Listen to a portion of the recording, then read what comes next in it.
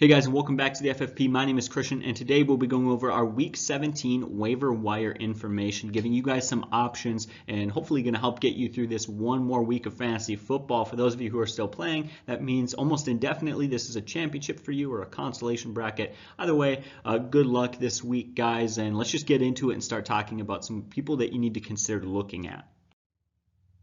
You know, the first guy I've got to talk about pretty much has to be Ryan Tannehill. It's surprising to see that he is still 31% available, and man, he has been just fantastically productive. In fact, he scored 21 or more fantasy points in 8 of his last 9 games. So yeah, that's how productive he has been. He has been absolute, almost a lock to start every single week. And this is a great week for him because he plays the Houston Texans, who give up the second most fantasy points to opposing quarterbacks. Plus, he played them just 2 weeks ago. That week, he got over 24 fantasy points. So, all in all, this looks like another great week for Ryan Tannehill. He's a guy to definitely pick up and play for sure. Let's move on. Let's talk about our next guy.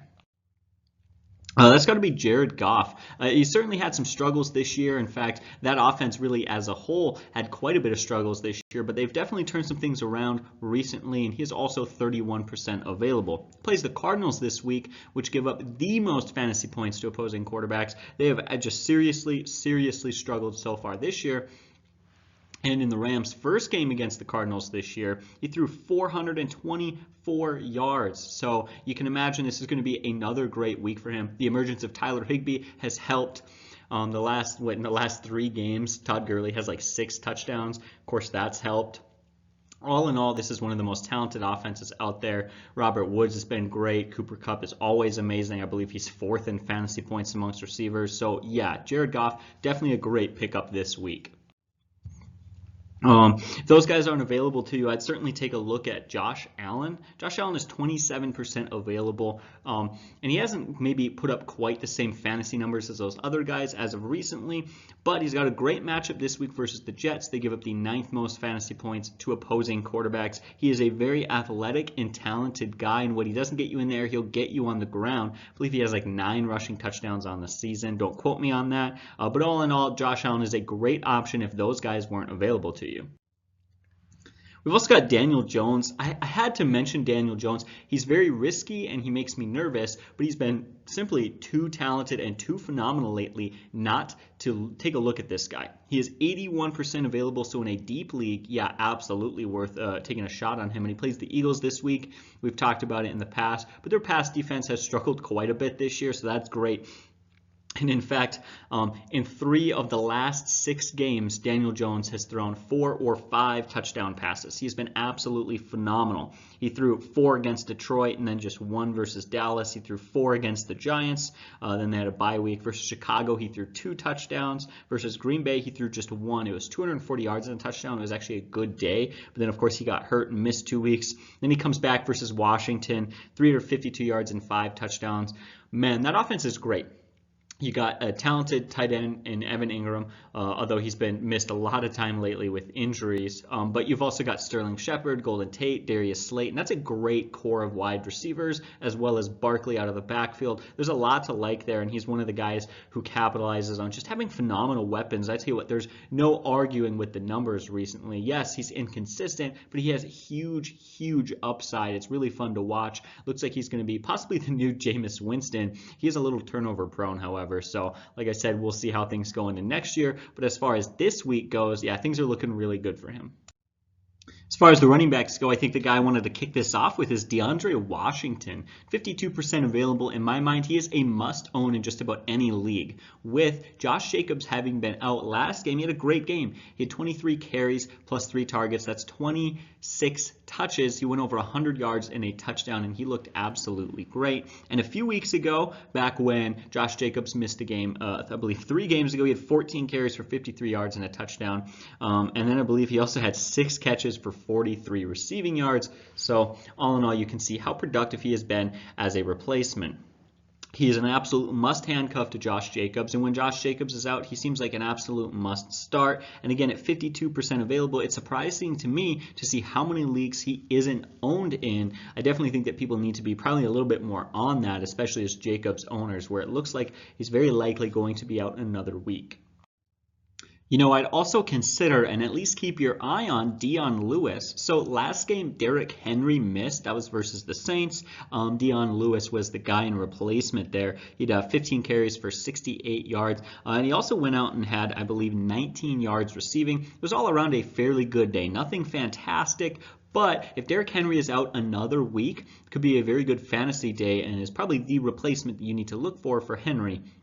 Again, he's 73% available, and he's got a good matchup too. It's always hard filling in a replacement or a backup running back, but it always helps if you can get him in the right matchup. And this week versus the Houston Texans, giving up the 9th most fantasy points to opposing running backs.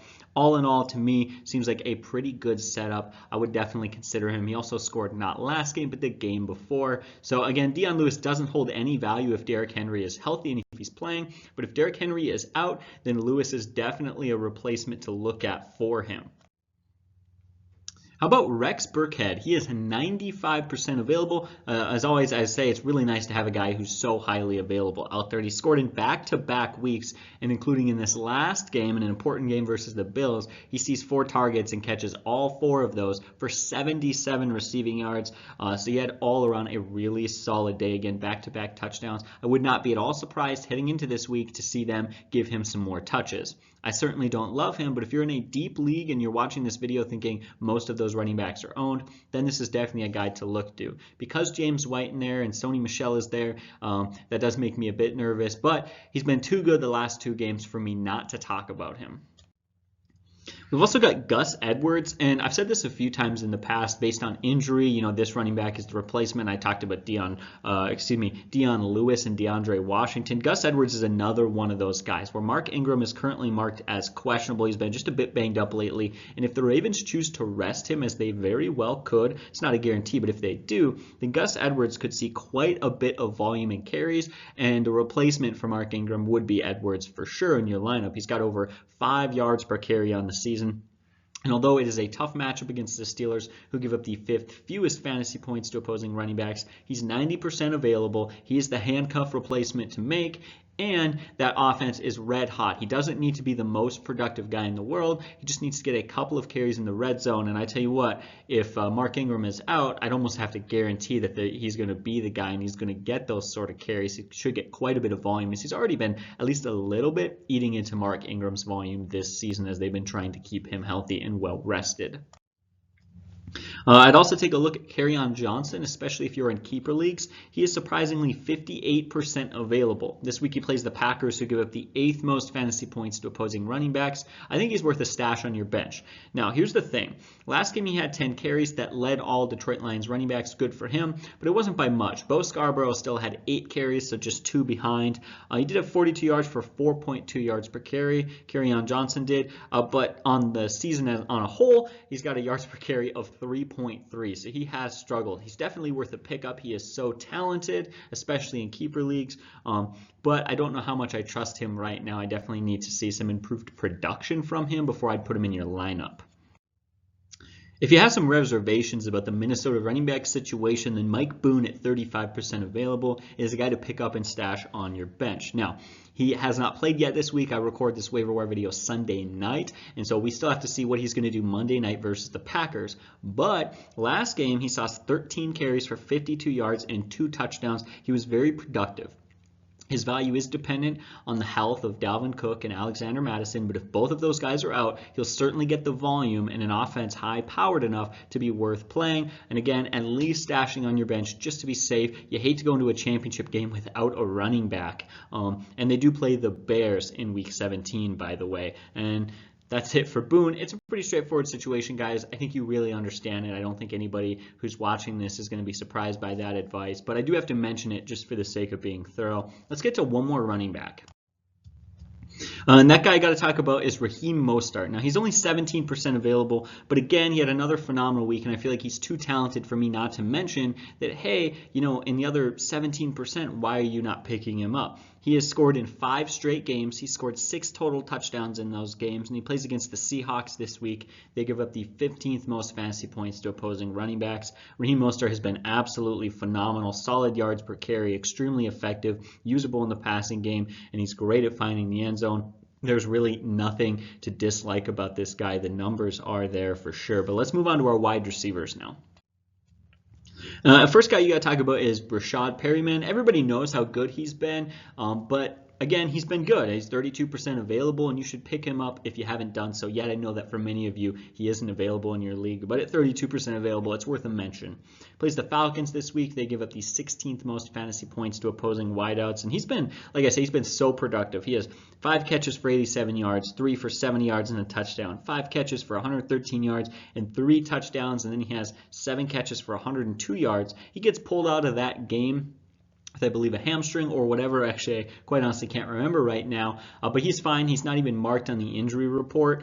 He just didn't play the whole game, and he still managed 7 catches and over 100 yards. That's just how phenomenal he has been. And of course, his gunslinger of a quarterback really does help his fantasy numbers quite a bit. Let's also take a look at Cole Beasley. Beasley is 59% available, and he plays the Jets this week. That's good news, as the Jets give up the 8th most fantasy points to opposing wide receivers, and he's been on quite the tear lately. When you look at it, he's scored, 6 touchdowns in the last 10 games. That is very productive. He had 7 catches for 108 yards last game versus the New England Patriots, The week before, he struggled against Pittsburgh. He had just 1 catch for 6 yards. But other than that, he's been absolutely phenomenal lately. And Cole Beasley is definitely a guy to pick up and round out your wide receiving core. Sterling Shepard, seriously underrated. People do not have any idea how good he is going to be next season. Now that he is finally healthy, he's been great. He is, 36% available, and he plays the Eagles this week, so that's an all-around good matchup. They give up the 6th most fantasy points to opposing wide receivers, and he's been on quite the tear lately. He comes back versus Chicago, and he has 5 catches for 15 yards. The offense as a whole struggles, and so I'm not surprised to see his yardage low, but the 5 catches on 9 targets was nice to see that sort of volume. He then has 3 catches for 40 yards and a touchdown, 4 catches for 28 yards, and you could tell in those games, we were even hearing about it. He was even marked as questionable in those games, where that status was finally removed, and he's finally back to 100%. And since then, the last 2 games have been even better. 9 catches for 111 yards versus Miami and versus Washington. His 6 catches went for 76 yards and a touchdown. So things have been really all downhill for him, or all up. I don't know what the phrase is in this situation, but things have been really looking up for him. He's been very productive, and you absolutely need to pick him up. He is the #1 wide receiver for the Giants now that he is healthy, and good for him. Greg Ward as well, 91% available, and he is really basically the #1 wideout right now for the Eagles, which is crazy. And they play the Giants this coming week, which is awesome. They give up the 5th most fantasy points to opposing wide receivers. I know that many of you are unfamiliar with Greg Ward, but since he has stepped in to replace Nelson Aguilar, Deshaun Jackson, and Alshon Jeffrey, here's what he's done the last few weeks. 6 catches for 40 yards, and then 1 catch for 5 yards. But then the last 3 weeks have been good. Again, 1 inconsistent week there, but 4 catches for 34 yards, 7 catches for 61 yards and a touchdown. And versus Dallas last week, they went 17-9. He gets 4 catches for 71 yards, and he has really started to work his way into that offense. As long as those other wide receivers are injured, he's definitely got some value for sure. You've also got to look at James Washington. I wasn't even going to include him, but somehow he is 67% available. Something very surprising for a guy who is a safe bet to get you 6 to 7 catches, 50 to 70 yards, and possibly a touchdown. That's what it's been like lately for him in the last, 6 or 7 games. And he plays the Ravens this week. I think it's actually a great matchup for him, and here's why. It, yes, is a very tough matchup. It is. He's going to go against Marcus Peters or Marlon Humphreys. Good cornerbacks and a good defense, but the Baltimore Ravens are going to put up their points. They're going to score a lot, and I think we're going to see the Pittsburgh Steelers throwing the ball quite a bit. Could certainly be wrong on that, but that's at least the game trend that pretty much every team has had versus the Ravens so far this season. And that, like I said, if they're down big and throwing the ball a lot, could increase the volume of a guy who's already a pretty safe bet for a fair amount of catches every single week. So I do like him. James Washington, again, surprisingly 67% available. Finally, Hunter Renfrow. He is 95% available, and it's funny how short our memories are. He was so phenomenal before getting hurt. He was just awesome. He was absolutely great. In my mind, he is the number one wide receiver for the Oakland Raiders, and he is a huge sleeper for next year. When you look at it, he comes back last game, his first game back from injury where he had fractured his ribs and even punctured his lung a little bit. He has 9 targets, 7 catches, 107 yards, and a touchdown. He has been phenomenal. Plays the Broncos that week, week 17. That's a little bit tough as they give up the 8th fewest fantasy points to opposing wide receivers, but I'm not too concerned about it as he does get a fair amount of volume against 7 catches last week for over 100 yards. I would definitely pick him up. Again, 95% available, meaning he is almost certainly out there in your league. As far as the tight ends go, I have to talk about Mike Gesicki at 72% available. He's really highly available, and he's been phenomenal lately. He caught 2 touchdowns last week, but his day was really more than just 2 touchdowns. He saw 12 targets. He had 6 catches, 82 yards, and 2 touchdowns. He's been really, really effective recently. In fact, he's got 4 touchdowns in just the last 5 games. So that's really nice to see. And he's a guy who's consistently getting 7 or more targets, 5 or more catches in the game. He's been great. I absolutely love this guy. He does play the Patriots in week 17. That's a tough matchup. But again, the Patriots are a good team. They'll probably be throwing the ball a lot and will probably be down for most of the game. So could certainly get a volume boost, but he absolutely must be owned. He has been phenomenal the last few games, the last 5 games or so, and I love him for next year. If you're in a keeper league and you have to keep a tight end or you're looking for one more guy to keep, this might be that guy who is really kind of a sneaky sleeper as of this point. We also got Tyler Higbee. He is 31% available, and he plays the Cardinals to give up the most fantasy points to opposing tight ends, which has got to be scary for anyone playing Higbee, as he has 4 straight games over 100 yards. He's got 7 catches, 12 catches, and 9 catches. That's insane. We were all waiting for Gerald Everett to come back, wondering how that would impact and influence his targets and his usage. Clearly, it is not a problem. Tyler Higbee has been absolutely phenomenal after 4 weeks going over 100 yards. I don't care who comes in that tight end position. He's the guy, and man, he's starting to look like a great keeper right now. Again, 31% available means he might not be out there in your league, especially if you're in a very competitive league, but he's been good for quite a while, and it's surprising to see him out there. Even if you're in a small league now, you need to consider starting him even over some big-name tight ends. We've also got Jonnu Smith with Delaney Walker out. He's definitely got some value playing the Texans this week, who give up the 9th most fantasy points to opposing tight ends. He is 85% available, and he's actually been fairly productive filling in for Walker. He had 3 catches, 29 yards, and a touchdown, 5 catches for 60 yards, and then 3 catches for 63 yards and a touchdown. So, all in all, that's a pretty fair amount of volume. It's hard to ask your tight end to get anything more than 5 catches, and if a guy can go out there and get you 5 catches, 60 yards, and then kind of flip a coin on 50-50 for the touchdown, that's pretty good. And all around, I'm excited to see what he can do this week. And in fact, I'm excited to see what he can do next year. It's a very interesting situation to monitor, so definitely keep your eyes on that.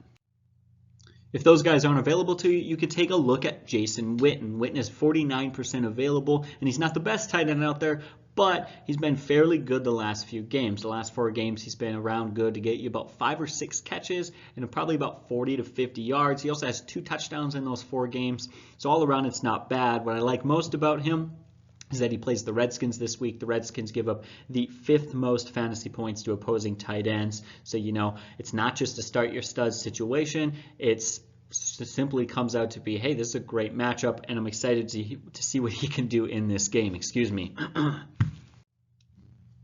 Finally, guys, one more tight end for you to consider is Jacob Hollister at 36% available. He does have a tough matchup versus the 49ers, giving up the 5th fewest fantasy points to opposing tight ends. But he had 5 catches for 64 yards last game versus the Cardinals, and that's been fairly reasonable for him. And in fact, last game versus San Francisco, he saw 10 targets, 8 catches, 62 yards, and a touchdown. So he's a guy who has real upside. He performed well against them last game. And while he's not my favorite tight end option, he's one more guy to consider if those other guys aren't available to you and if you're not a biggest fan of Jason Witten. All right, guys, thank you so much for joining us and supporting us here at the FFP. A special thank you to our Patreon supporters. You guys are the best. Hopefully this video helped you guys out. As always, leave a comment. I'll do my best to answer that comment, get back to you, and give you even more advice if you need it. Good luck this week if you happen to be in a Week 17 championship. They're particularly difficult, as a lot of times, and way more common than Week 16, good teams will just bench good players for the fact that they want them healthy for the playoffs. So, there's a lot to work with here this week, not just injuries and matchup and talent. It's a really messy week. But again, good luck this week, guys. You have a great day, and God bless.